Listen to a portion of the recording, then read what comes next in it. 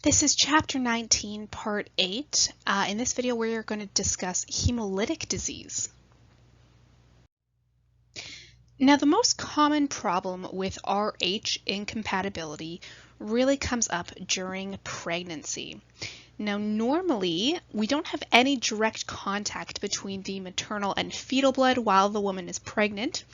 However, there are some cases where a small amount of blood can leak from the fetus through the placenta into the bloodstream of the mother.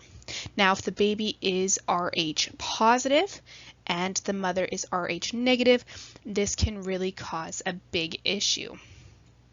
So if some of that blood does leak through the placenta into the maternal bloodstream, the mother's bloodstream will actually start to develop antibodies to the Rh factor. The immune cells in the bloodstream are gonna create antibodies to the Rh factor.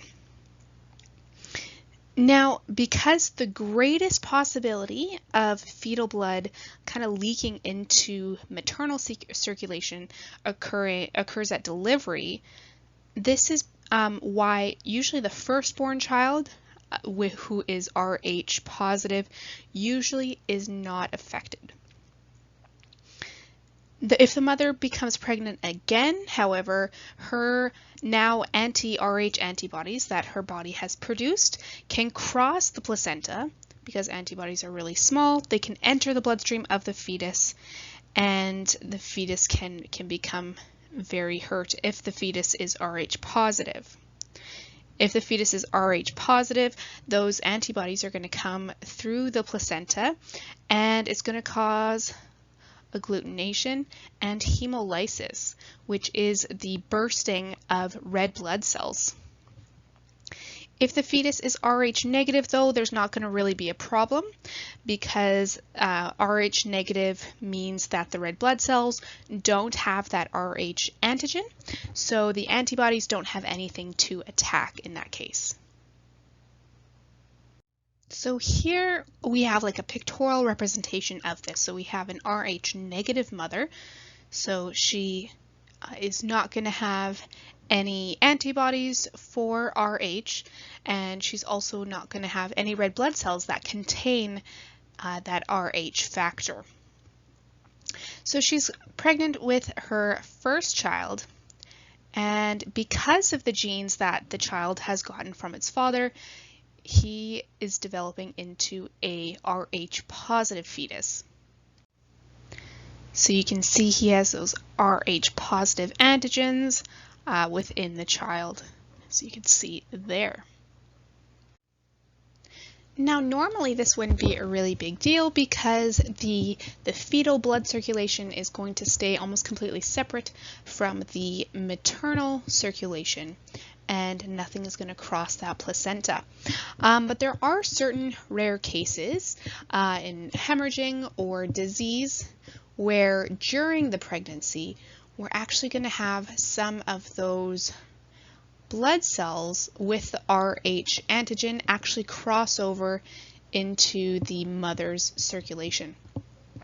Now, normally in the first pregnancy, it's not going to be that big of a deal because the mother is only going to start developing those antibodies, and by the time the fetus is actually born, often that's only going to be the time when there's going to be enough antibodies in her system to actually put forth an immune attack. So often the first pregnancy is totally fine, nothing goes wrong with that, and often really the only time when there's going to be a larger chance of mixing between the fetal blood and the maternal blood is going to be during the birth. So then those antibodies aren't even going to start developing until post-birth.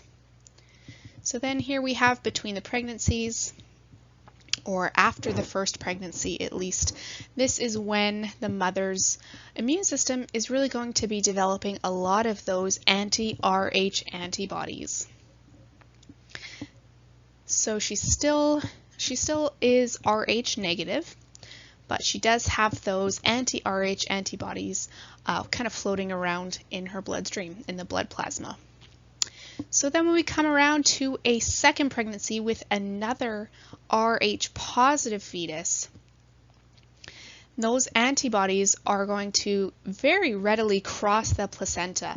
Antibodies are very small, so they're able to cross the placenta, and they are going to go and attack the blood cells of the fetus. So they can cause a lot of damage to the blood, and they can even cause some brain diseases and a lot of blood disease. So they can burst a lot of the red blood cells. They can cause a lot of damage to the fetus before it's born. So this is a hemolytic disease of the fetus. And that's the end of Chapter 19, Part 8.